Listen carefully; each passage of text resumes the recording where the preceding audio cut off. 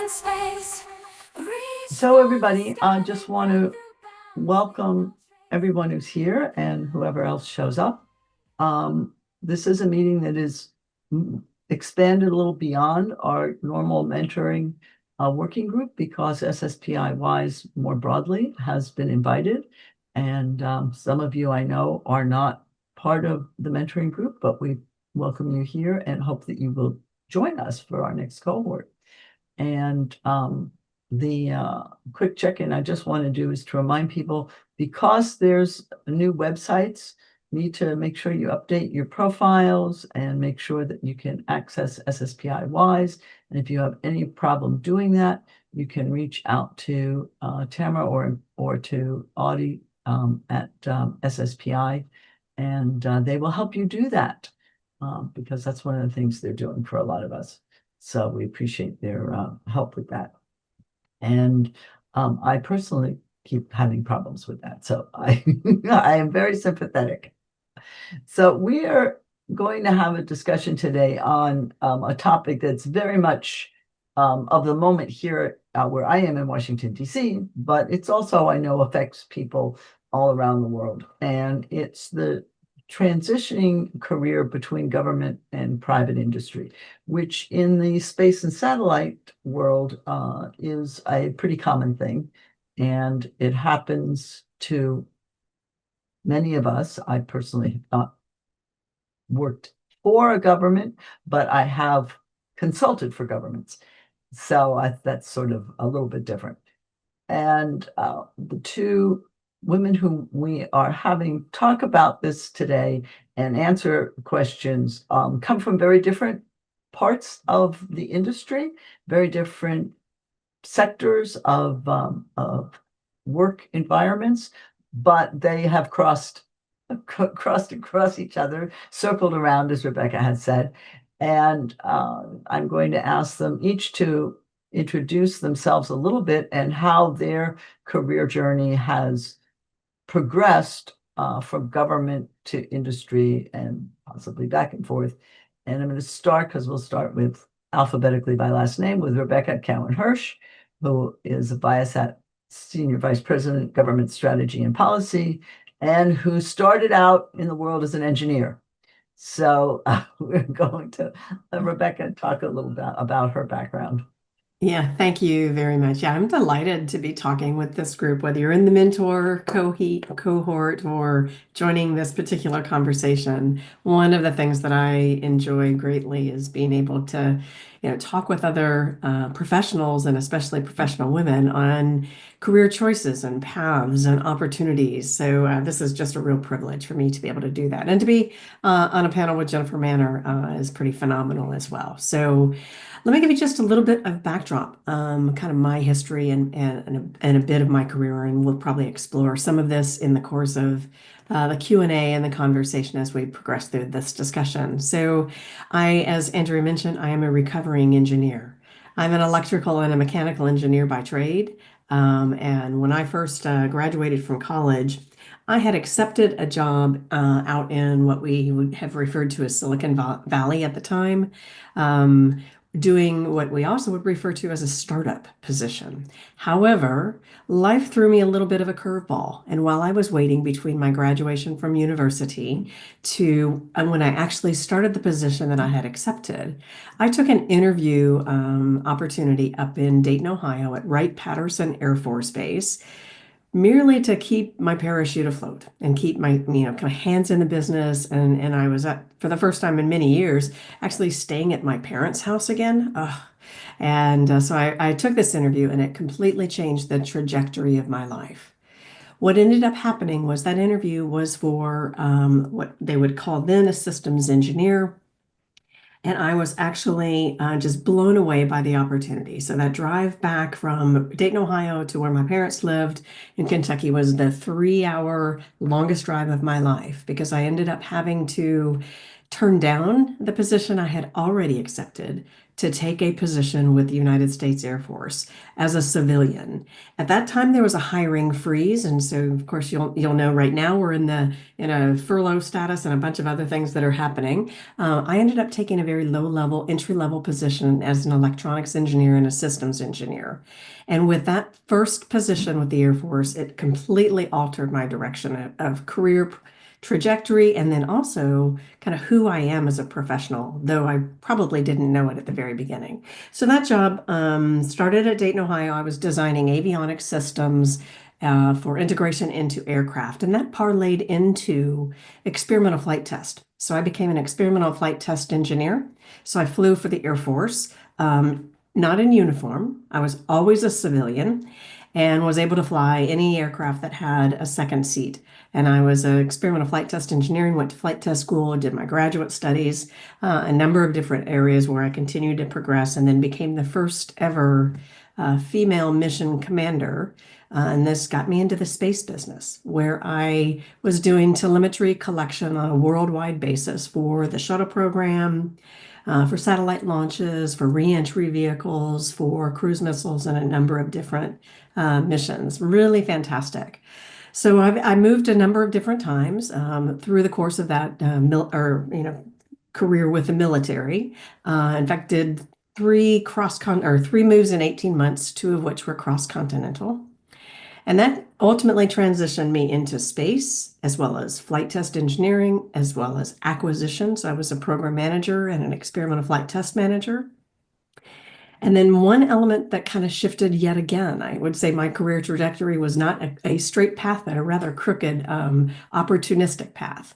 I got into a bit of spectrum management. I transitioned out to Annapolis, Maryland, what became the Joint Spectrum Center, and was working on a number of different programs there to include space systems and then transitioned into the Pentagon and a number of areas there where I was and this is one of the areas where Jennifer and my path intersected. I was one of the technical advisors for the World Radio Communication Conference ambassador for the United States and supported that area as well and did the treaty negotiations for the U.S. government space systems and a wide variety of different areas. Ultimately, I went into acquisition following that as a senior executive service member. And I actually led with a fantastic team, a number of different phenomenal programs, had a $17 billion portfolio, which gave some limitations. And we may talk about that as we go into when I went into the commercial sector. When I left the government, I joined Inmarsat, where I have been for 17 years. And even though in the military, working for the government and national security and intelligence, I changed jobs roughly every 2 years. Over the last 17 years with Inmarsat, who was subsequently acquired by Viasat, similarly, I've changed roles and responsibilities every 2 years. So it's never been a dull moment. So got into the satellite communication business, mobile satellite telephony and data transmission. So a wide variety of different backgrounds, and who knows what ultimately might be next. And we'll go into Q&A and let Jennifer give her introduction as well. So thank you. Thanks, Rebecca. Just fascinating.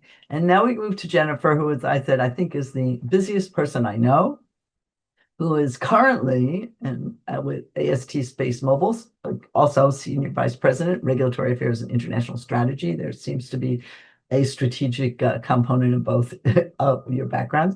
And Jennifer, I'm going to let Jennifer explain why or how she has gone back and forth between government and private sector so frequently. Which she has done in addition to making a movie about the telecommunications industry and writing books. So Jennifer, to you. Thank you. Thank you so much. And thanks for inviting me. And Rebecca, I didn't know all that about you, and I'm in awe about the flying. And it's quite a career. You don't talk about that much. You should share that more. I'd love to have drinks one day.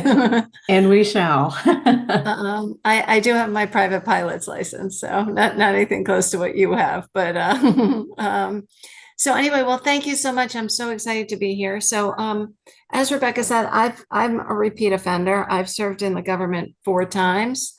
and started my career in the government, which was unexpected. I'm a lawyer by training, and I came to Washington, D.C.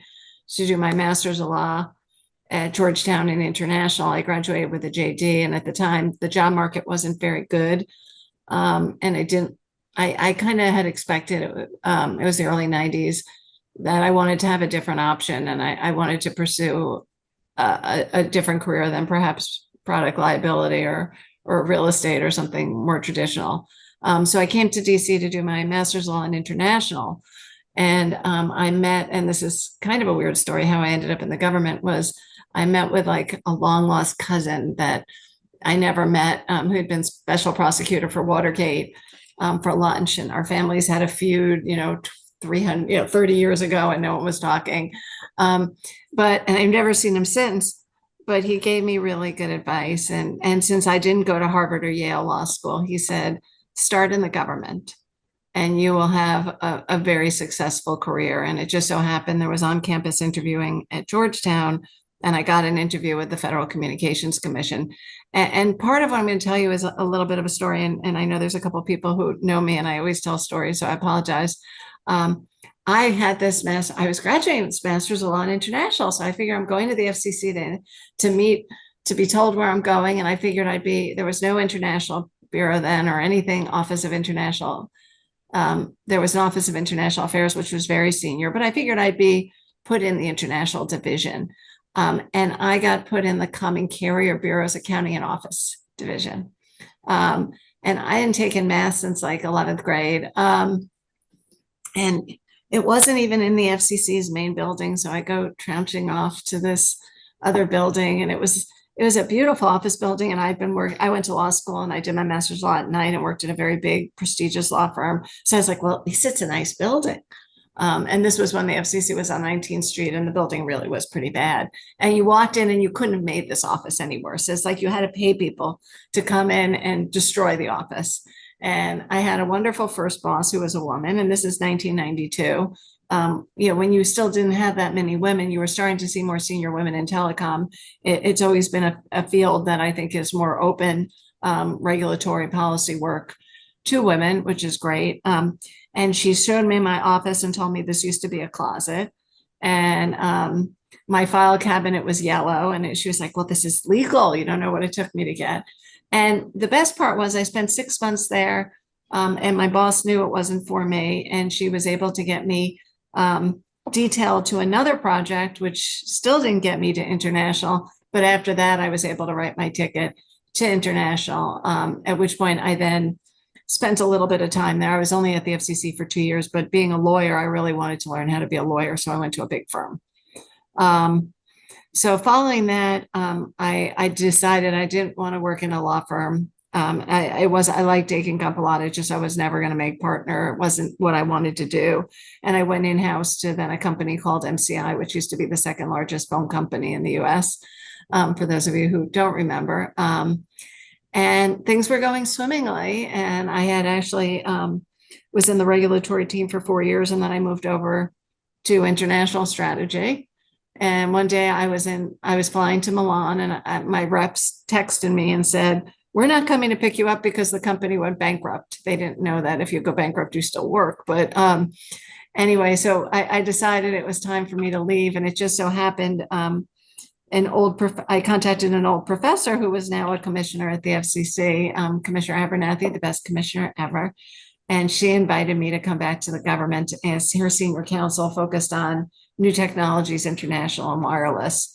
So that was a fantastic opportunity. And to see the FCC, both from a very low-level staff attorney and then coming back, which gave me lots of insight into how the commission worked, and then to come back and see it as a more senior official was really eye-opening.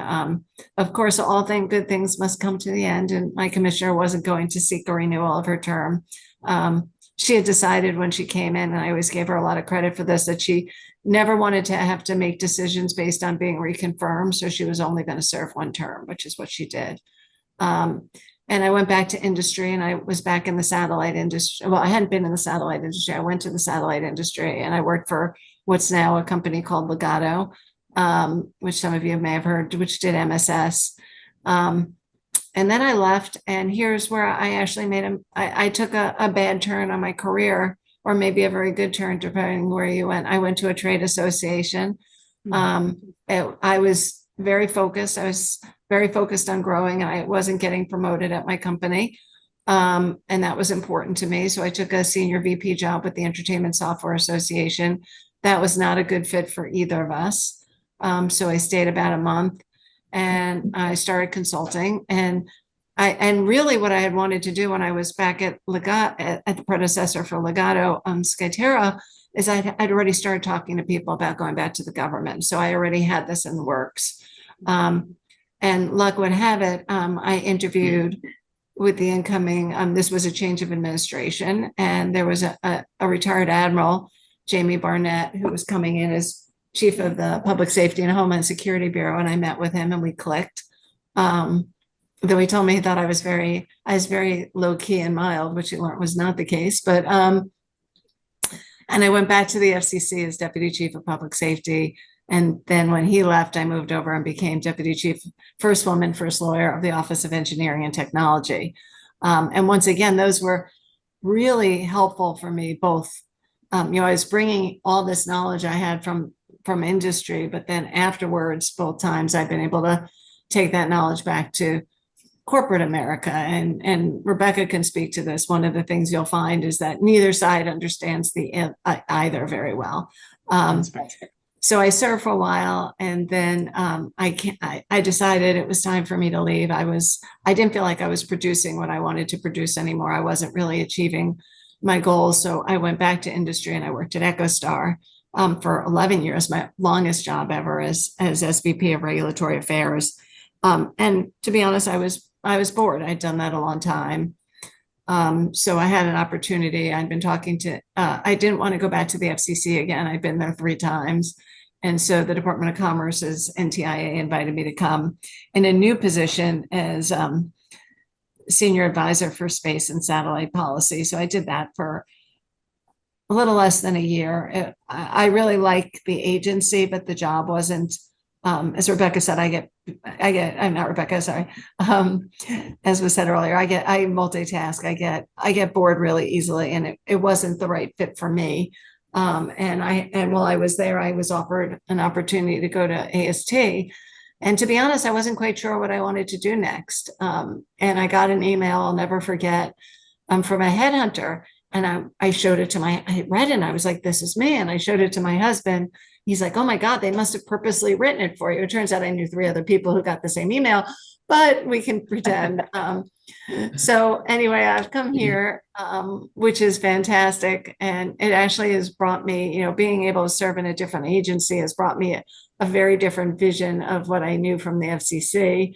I had not been in the executive branch before, and it's a very different experience. But I think all in all of them have been terrific, and everything leads to, I'm not, even when I took the misstep, I've learned from all of them. And, that's part of changing jobs, is nothing is risk-free, and it's something you have to be willing to accept when you do that. So anyway, I look forward to our discussion. Thanks for that, Jennifer. And as Jennifer and Rebecca have both shown, being open to try new things and do new things and move into different areas, whether it's with the same organization or with a different organization, is a key to being able to grow as a professional and expand your opportunities. And just before we go on to the next slide and get into the Q&A, I'm just going to note that if you do have additional questions that aren't covered, if you put them in the chat, Mary Clark is going to monitor that and see. And Mary, if you could pull up, we have some initial questions that we'll ask both Rebecca and Jennifer to talk about. And you've talked a little bit about the advantages of kind of going back and forth or going between them, but are there specific advantages or pros or cons of private sector work versus government work? Or is it just a matter of learning different things and doing things differently? Rebecca, you're unmuted, so we'll go to you first. Okay. Well, Jennifer's made a really key point. There are two, the two sides are of the same coin, if you will, because there is a symbiotic relationship between private industry and governments. And yet there is a divide in understanding between the two. And since I, have spent so much time in acquisition, we can talk a little bit about that. But I think that one of the fundamental differences is the motivations between the two. So when you're in a governmental role, your primary motivation is in the public best interest. And while whether it's a national security mission or whether it's in spectrum, as Jennifer's vast experience has, the goal of governments is to reflect and put forth capabilities, priorities, policies, and framework and regulations that is in the public best interest. And so that's a very different motivational area. If you come, since I spent so much time in national security, defense, and intelligence, one of the advantages of being in the government is there's a clarity of purpose. And, or even, and there's often a very well-defined hierarchical structure. Jennifer mentioned some lower level positions or senior positions and leveraging the experiences in each. The government has that very clear framework of organizational prioritization as well as hierarchy. On the commercial and public sector or private sector, while the intent may have some similarities in that sometimes you're working in support of government or whether it's consulting or contracting or any number of other things, the private sector has a very different financial motivation, different set of stakeholders and shareholders, if you will, that have different expectations. And so there's a very different motivation, though even the two sectors can be working towards similar purposes and the symbiotic nature. Jennifer, you may have some other thoughts to kind of illuminate on that as well. Yeah, and I was yeah, I think, well, I'm gonna somewhat a little bit differ because I think at the end of the day, a lot of the public interest, even in the government, is driven by economics. Sure. And it's, but it's different economics, right? And so I think it's important. And this is the one thing personally that's always why I like policy, because I always figure there's more to what's going on. But at the end of the day, a corporation is financially focused. And same with a law firm, or a consultancy, right? At the end of the day, the difference between a law firm and a private business is you're kind of their asset. In a regular business, if you do what I do, you're a cost center, right? You're not making the company money unless you can get approvals and things. But and in the government, it's economics, but it may not matter. It's not the economics. So you have to think of it more in what can I bring to the economy? What can I bring to the public good?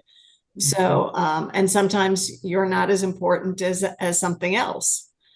And that's very hard. And it's very hard for business people to understand, and very hard to understand how, and I think it's the same on the government side. One of the things I think, and Rebecca probably has the same thing, is we spend a lot of time, why is the government doing this?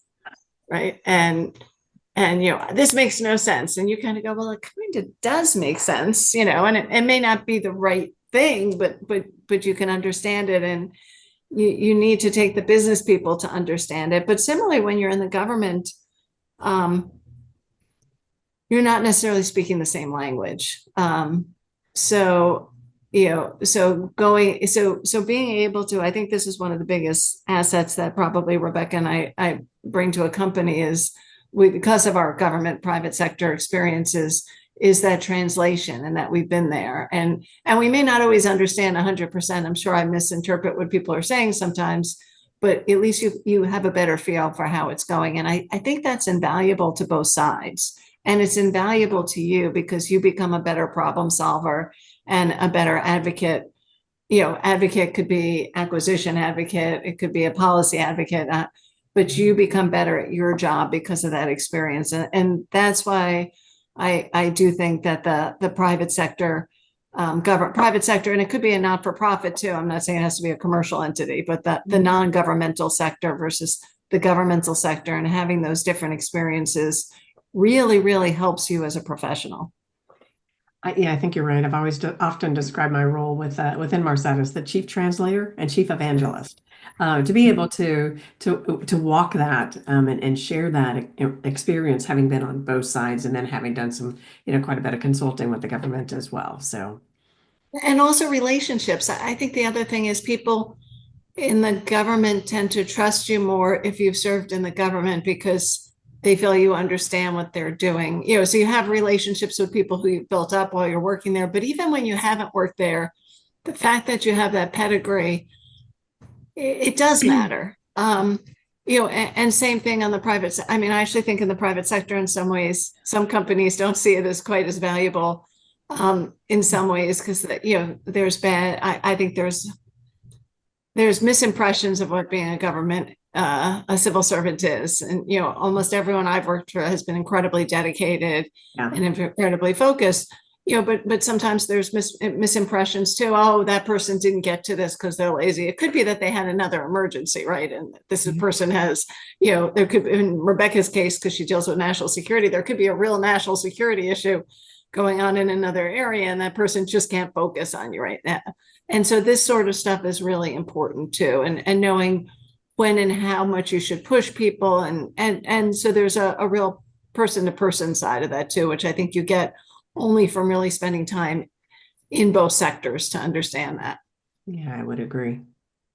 I have a kind of a side question on this because we're into the cultures and stuff, but this comes from the experience of somebody I know who had issues in a government organization, not in the US, with not necessarily I don't know how to describe it. It's not sexual harassment, but using their position of power to try to extract free time, other work. Is that something that either of you, and don't have to go into any personal details, have found or think might be more of an issue in government agencies versus in private companies? As I said, the case I'm talking about was in a government organization with a leader of that entity who was basically abusing their power to get things done that they wanted to get done. Do you see that happening? So let me pick that up, and I can say this from experience because I was at Tailhook. For those of you at the generation that is meaningful, I was at Tailhook because I was experimental flight test engineer, and that's kind of where we were. So, but I would say this about either any type of misuse of power. I don't think that is unique to the government or private industry or I think it's human nature. Unfortunately, there are people who will misabuse or who will abuse the position or whatever type of influence or position or authority that they have, regardless of public sector or private sector. And that's just very unfortunate. So I don't know that it is more prevalent in one side or another. When I made my comment about government having a little more clarity in terms of hierarchy, that doesn't necessarily translate to more misuse of authority and power. I think that can come if you're in a very small organization and you have. So unfortunately, as professionals, regardless of where you are, understanding your own sense of integrity and thresholds and value structure is critically important, regardless of where you're working, so that you will you know what you can and will tolerate and be very clear about things that you won't. And so whether you remove yourself from a situation in public or private sector because of an unfortunate scenario, whether it's any type of misuse of power, it's very important to understand your own thresholds and protect your own professional integrity and your personal space and your ability to operate and work within a healthy environment. So I don't think it's particularly unique to one place or another. Yeah, I would agree with you. And I think what you said on, ethics and integrity is exactly right.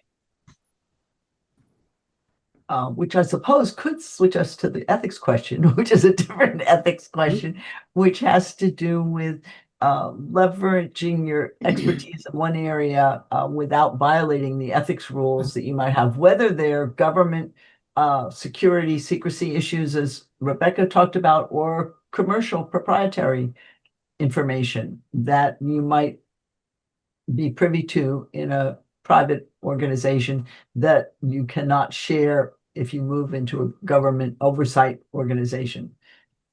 Any thoughts about that? So maybe because I just left NTIA and went over back to the private, I've just done a switch both ways. So I'm a lawyer, so I also have my ethics responsibilities under the jurisdictions I'm admitted. So putting that aside, I think it's Not really putting it aside. right, but I'm saying, but that's everyone has their own. If you're a professional, you have so you may have, I don't know if the engineering, so if you have certain ethics, you have to certain guidelines. But I'd say this is very important, and I've served both in a senior executive service. I was senior executive service when I left the FCC last time, and this time I came in as a GS-15. So when I left, I had very different ethical restrictions. And part of why I went in as a GS-15 this time was part of the reason was to limit some of the ethical restrictions I might have leaving. So for instance, if you're a senior executive service, you can't lobby for 2 years. I think it's the whole, I can't remember exactly the whole US government. I think you can't appear, if it's SES, you're much less restricted. But I think both coming and going, my biggest thing is you talk to in terms of ethics going in and out, your government ethics office, both ways. And then even I actually have retained, at some points I've used counsel while I'm at work in the private sector if I think something might be questionable. And usually if it's questionable, I won't do it. But if I think I'm being really ultra conservative and I need a second, or you're not quite sure. So there's nothing wrong with checking. And if you have in-house counsel in your company, talking to them and saying, does this cross the line? But I also think you've really got to focus on avoiding the appearance of impropriety. And, as I said, if it doesn't feel right, it's probably not right. And, it goes back to your own personal sense of ethics and integrity, as Rebecca talked about. And you want to be respected because the only thing you really have, especially in Washington, is your reputation. But I think that's true across, any business line. So, making sure you understand what the rules are critical because that's the biggest one. And then two, making sure that you feel comfortable. And if you don't, there's times, there's things I've stepped away from since I've come back to the private sector. There's no ethical reason that I can't do it. I just feel that I was a little too close. And so I shouldn't do it. It just has a bad feel. So Rebecca, over to you. No, that's great. And I will say, not being a lawyer, I have actually recused myself from certain programs and decisions simply because of either it didn't feel right, it didn't sit right, or I thought that it might have the potential to impugn my personal or professional integrity. When I left the government, as Jennifer indicated, I was a senior executive servant member, so I had restrictions associated with that. I'm fully reinstatable, and so those restrictions are still also in place.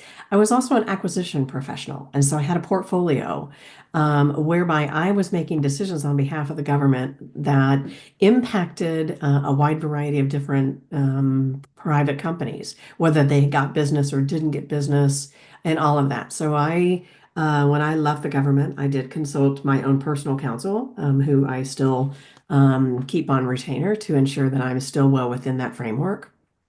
But I also received guidance from the Judge Advocate General from the government to make it very clear of things that I cannot do. Now, some of those were one-year restrictions, and this applies to anyone right now that is in a senior position, not even a senior executive position, but senior position. You have certain when you leave the government, you will have a no-touch policy. You cannot go back and represent your company back to that organization for a year. There's lobbying restrictions for different types of roles, and and the like, I still have 26 pages of guidance from the government legal team that prevents me from doing things for a lifetime.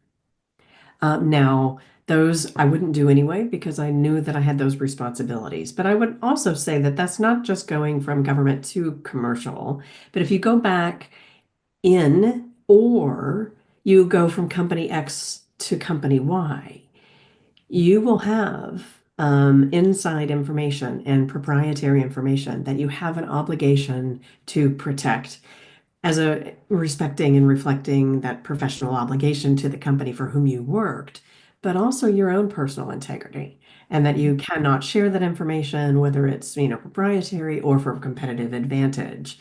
That's a professional obligation regardless of where you work. Now, you alluded to as well the security classifications and other, if you actually hold a clearance, there are other restrictions associated with that, other non-disclosure agreements. But whether you're going from company A to B or from private sector or into public sector or vice versa, maintaining that distinction and the protection of information that was available to you under those unique circumstances is something that is very common, regardless of changing positions in or out of the government. And we have another part of these questions, which has to do with public appearances. And Jennifer, because I know you have a role with the FCBA, which you've had for a long time, and in particular, I'd focus on that, but maybe a broader issues you want to address with that. But do you find yourself challenged in your FCBA role because of the work that you're doing, or representing the FCBA as opposed to representing your company? Well, no. And I had the same issue when I was in the government, right? You have to have approvals, and whatever the process is, you should go through the approvals. But it's like this. I'll say for this one, everyone in the company is excited for you to attend, do this. This is great. It's, all the companies are superly supportive of career development and so forth. But for something, an FCBA is pretty, it's an honor. But before I do anything, I've always notified people I work for that, or the appropriate offices, depending how your company or government organization that you're doing this. I've not had a problem in terms of, being a representative, whether it's something like SSPI, the FCBA, another organization. But sometimes speeches might be problematic. And that's true both inside the government and outside the government. And so, and some companies some companies are, I'd say the government is always watching, right? And you have to have ethics approval, and there's a formal process for you to go. And if you're accepting, food, and there's a whole process. In a corporation, though, it just depends. At EchoStar, I had a lot of freedom. I would just notify our press people and so forth. Some companies have more formal processes. And part of it is you have to think about what it means for you as well, because do you want to be, it's really always flattering, and it's very hard. Everyone wants to be liked, right? So when you're invited to do something, your inclination is to say yes. But sometimes you really do need to take that step back, and I probably don't do this enough myself, and say, is this the right thing to do? And will I be able to get the right message across? And is this the right forum? Because you have to remember, it also takes time away from your other work, and other responsibilities. So I think it's a balance, but I don't find, because of the ethics rules, there's any issue there. It's really, what's right for me and what's right for my organization, whether it's government or company. So over to Rebecca. No, I think that's right. And, anytime I write an article or, do a public appearance, I have an obligation in twofold. One, of course, to the company. And then because I do have clearances, if I'm discussing anything that relates, potentially to a national security consideration or a threat or something along those lines, there's a public affairs review process that I will check there as well. So I would say that, kind of the takeaway is what's been stated is, when you review an opportunity, whether it's for publication or for presentation, ask yourself a series of questions. will this reflect well on my employer? Will I be able to represent them in a positive light and give them the advantage that this opportunity presents? And is it consistent with my, professional ethics and ambitions and reflect well on me? And can I acquit myself well in line of the fact that in many cases, you're having an opportunity because of the position that you hold or your contacts. So, really just do a self-evaluation to ensure that it's in the best interest of all parties, either directly or indirectly. And that should govern a lot of our determinations. Rebecca, I think when we first met, you were with DISA, and was there something different with respect to these kinds of public appearances, which I know you did then because you were in an area that was very much industry facing and collaborating with industry, if you will? I'm not sure if collaborating is quite the right word, but Well, I was, right? Because we were really trying to find something that was mutually advantageous. Because, this is the symbiotic relationship that I mentioned. I mean, capabilities that the government consumes are impossible absent really innovation from industry. So, to be able to create that, and frankly, the government at that point in time not only endorsed, supported, but encouraged that type of proactive outreach. Now, there are things that were statutorily obligated in the acquisition realm where I had, was required by law to be able to give, forecasted projections to industry of opportunities. But in terms of engaging proactively with industry and with industry associations and to be available with that open door policy because of not just the roles that I had, but also, the openness and the trust that I believe that I shared with the industry at the time and still today, that it was very strongly encouraged and supported, which doesn't mean that they weren't watching very closely to make sure that I was doing things that were in the public best interest. And I was really delighted and privileged to do that then and continue to do so now and still be sought after as, kind of a subject matter expertise in the commercial space industry and its engagement with governments. and raise a question that came from one of my many neighbors who are in the process of having to here in DC switch back and forth at the other, which is you both alluded to it a little bit in moving on. How much do you focus on understanding what the environment is, either within a government agency or government overall, or within a company, to decide to start looking to jump, whether it's elsewhere within government or industry or from one to the other? And I know Jennifer alluded to that a little bit, but it would be interesting to know how do you think about making those changes as a career progression? Do you actually think about it far in advance? Is it, this company has just been bought or it's going to go bankrupt, and I better start looking and maybe I should go back to government for a while? You want me to go Jennifer. first, or do you want to go first? No, you go ahead because you've bounced a little bit more, and then I'll add any color commentary if needed. So please. I have a very low tolerance for being bored. And I have a very low tolerance for feeling like I'm not adding anything of value. Amen. So the first time I left the FCC when I was a baby attorney, it was just time. Every time I've left, even MCI, when they were going bankrupt, it was already apparent to me this wasn't what I wanted to do for the long term. It just so happened, I was a little more nervous because I needed a salary, and you want to have a job, but I'd say, sometimes it's happenstance. The commissioner told us to go look for jobs, but she gave us plenty of notice, for instance. So I waited till I found a job I was interested in. I mean, even the time I, went to the Entertainment Software Association, which wasn't a good fit for me, it was something that I had decided was the right time and was already looking, so it wasn't, and I'm never really just looking for the government. I've never made a conscious, except even the first time, it was really happenstance. There was I got selected on-campus interviews for the FCC, and it seemed like a great fit for me, and it was something I was very interested in because I had focused on technology and telecommunications and space, so it was a perfect opportunity. So I haven't planned out my career that well, where I've said, "Oh my God, I have to be this next." And the one time where I did, which was when I went to the trade association because I really wanted to be an SVP, it was a mistake. So one time I was like, "Okay, this is," even though the job didn't feel right when I was interviewing, which you should always follow your gut.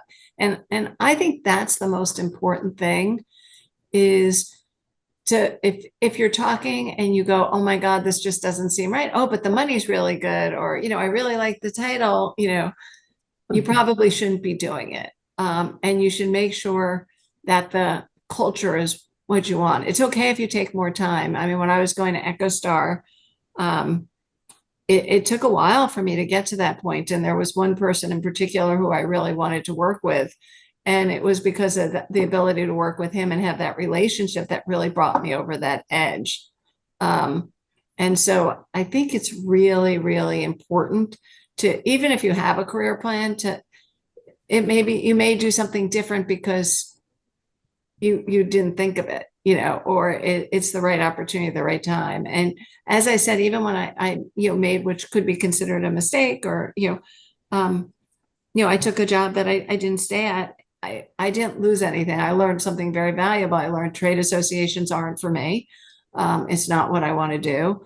I learned that, there are certain areas I was more focused on and better equipped for, and really, I think helped me grow throughout the rest of my career. So I would never say anything you do is, you always learn from it. So it may be a hard couple of weeks or month or two where, you go, oh, but you got to pull yourself up and you can't feel sorry for yourself and you have to move on and you have to do that outreach. And that's where networking and groups like SSBI and this group in particular are critical, because you pull yourself up, you say, okay, this wasn't the right move. What do I want to do next? So over to Rebecca.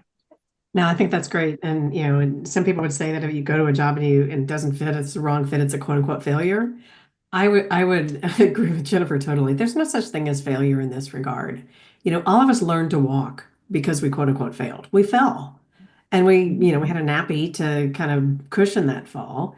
Well, that's what networking does. And so how you recover is really, really important. And, I had a wide variety of different jobs and opportunities inside the government. And I mean, they were all over the country. It was phenomenal. And I loved every minute of it. I'm a huge strategic planner. And I tell my students, you know, I always do a 5-year plan. Not one of them has survived contact with the enemy. And I'm just really honest about that, because an opportunity comes along, a mentor comes along and says, "Have you tried this?"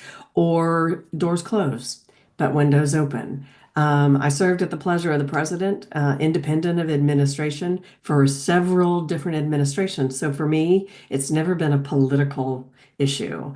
I was being looked at for a position during the Trump 1 administration, and that position, to Jennifer's, one other statement, it just was not right for me. And so I turned it down. So all these choices are important to take into consideration. I have some criteria. I get bored as well. But if I'm gonna, am I contributing something? Can I contribute something that's really meaningful? Importantly, can I grow and learn something new? Because I don't like to be twiddling my thumbs. It's dangerous. I'm a problem solver. And so if there's no problem, I have to create one to solve. So can I grow, can contribute something? Can I grow and learn something new? And is it going to be able to position me for something that I cannot imagine yet, even in my 5-year plan? So understand what your motivations are and where you fit and don't fit, and listen to the people around you. Sometimes someone will be able to expose for you through a mentoring relationship or a networking environment, a skill or opportunity that you didn't even know about yourself. So be open to that, because it's even though I've been within Marsat for 17 years, it has not been one job. It has been many. And it's, I look back and I'm like, wow, how did that happen so rapidly? So be open to opportunities, but explore new windows opening as well. And I think that's a really good advice. And as we're looking, certainly in this country right now, with a lot of people not being given the opportunity to stay in a government job, but being told, no, your work is no longer needed. And as someone who has, on the other hand, been riffed from private sector companies and having to make a decision, it's important to be able to think, as Rebecca said and as Jennifer said, about what it is that you're interested in doing, willing to do, want to do, and where you can contribute, and finding someplace where you can take all those skills and experiences and leverage them into a different position. And it may be that it was going to take longer than you wanted. And it may be that you have to take something that you didn't necessarily want to take because there is not another option in the near term and you need a job. But have to think of that, as Rebecca said, as okay, think a little bit longer term.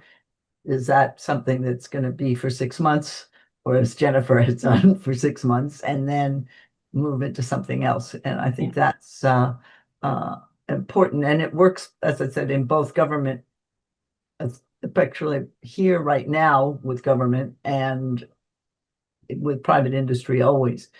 We have a couple of questions that came up, one of which I think we talked a little bit about: what avenues for sharing perspective between commercial and government interests have been designed to overcome the challenges of the communications and the sharing back and forth. And I think you guys talked about that a little bit in terms of your own experiences.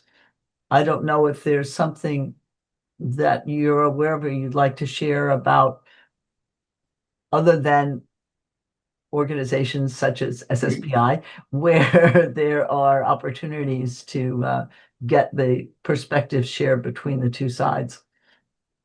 I think industry associations and membership associations are great places to do that, because it's, an industry association can meet with government officials representing a swath of the industry. And so it's ecumenical, and it doesn't provide, unforetold advantages to one company or another company, or one individual or another individual. Similarly, SSPI, other associations, you'll get membership that comes from all walks of life. So, I think that that's all networking in the simplest form.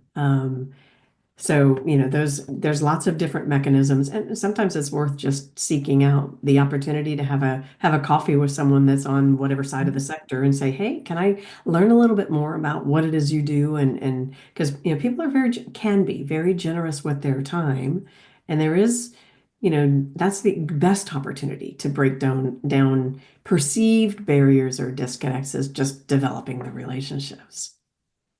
Well, maybe I can add one other thing, which is I find government advisory committees are really good organizations. The FCC has several, Department of Commerce, the agency. I'm sure the defense sector, national security sector, I know has a lot as well. But that's also, a way where the government reaches out because they want to hear from industry, and now they may not listen to industry. We all spend a lot of time on these doing reports. Some go places, some don't, but it is a place where government is seeking input from experts. And I find them very rewarding. Usually the panels are made up of very smart, very, interesting people. And so you end up with some interesting discussions. So even if the government doesn't take the exact recommendation or the advice, they hear it. And I think at some point it factors into it. And you also listen to them. So that's just another option. So just for example, there are groups like CISRIC in the US, or the technical advisor at the FCC Technical Advisory Committee. And STAC, is that the one on the federal? I know you serve on some of these, Rebecca. Yeah, and some of them are being reevaluated, but there's lots of interesting places to be able to plug in and provide that counsel and share and learn. And sometimes the counsel is not evidence to be accepted, but it is heard and it is counted on. And Andrea, you mentioned something I wanted to just add a little comment on, if I may. Whether it's a reduction in force, whether it's a redundancy, whether it's a furlough or anything that is, people are leaving the government right now, whatever that motivation, the one thing that I would just say for all of us to remember is in those scenarios, it's never personal. And so one of the things that's important to realize is it can feel intensely personal, as if you didn't do something right. But when there are scenarios and external factors that are coming into play and you have an opportunity to explore elsewhere, I would caution all of us to recognize that it's not personal. It's not an assessment or an assumption of poor performance in instances like that. So kind of pull, sometimes you have to take a little breather and say, oh, that didn't feel great. But it's not personal. Market dynamics will impact and change. And so when a door closes, another window will certainly open at some point. So I wanted to come back to something that you said, and it's whether it's, voluntary redundancies that are happening in the government, whether it's elsewhere across companies or mergers or any number of other things. There are a lot of external factors that are way outside of your control. They're rarely personal. So buck up and look for opportunities and pick up the phone and have coffees.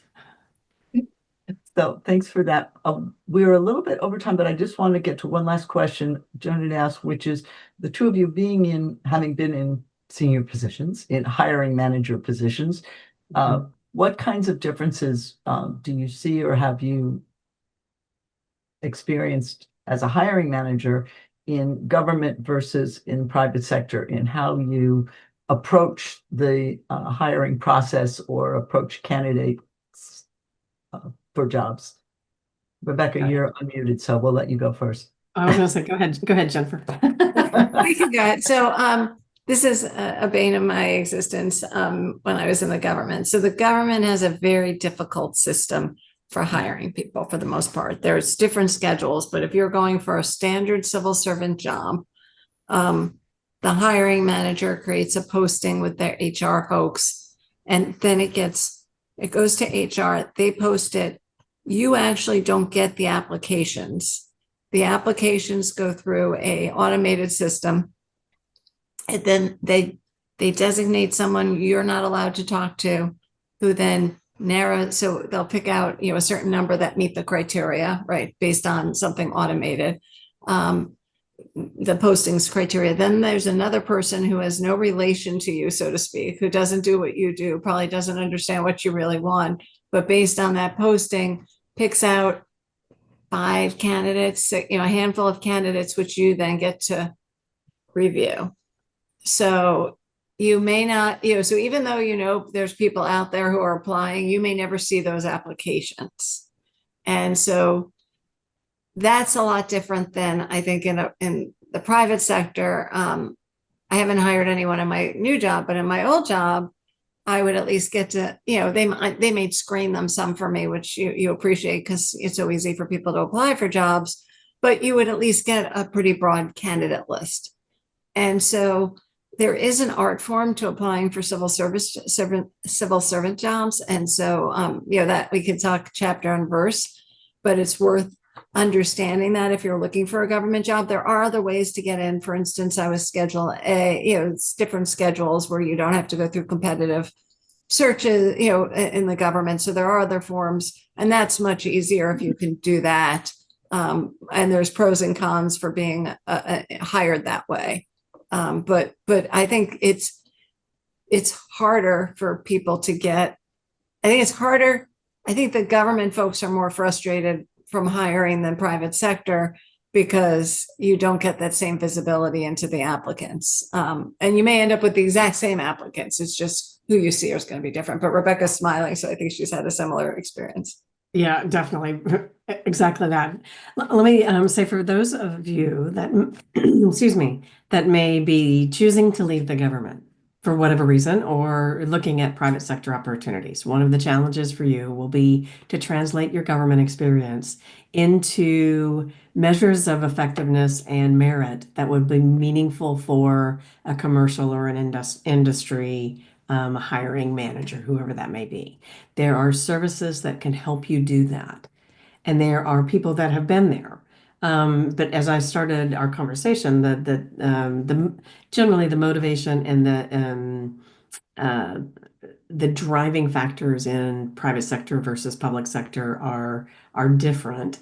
The roles and responsibilities and the value structures are different. So being able to translate your skills, which inside government for use in commercial sector, is a very important skill to develop to position you for growth and opportunities outside of the government.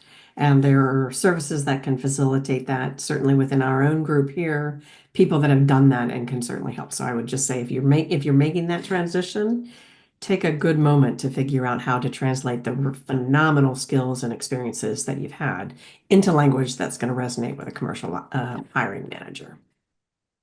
Rebecca, that's a wonderful way to conclude our discussion. I think unless Jennifer has any last words, I want to thank you both so much for sharing your insights, your experiences, your life stories, and helping to inspire the next generation.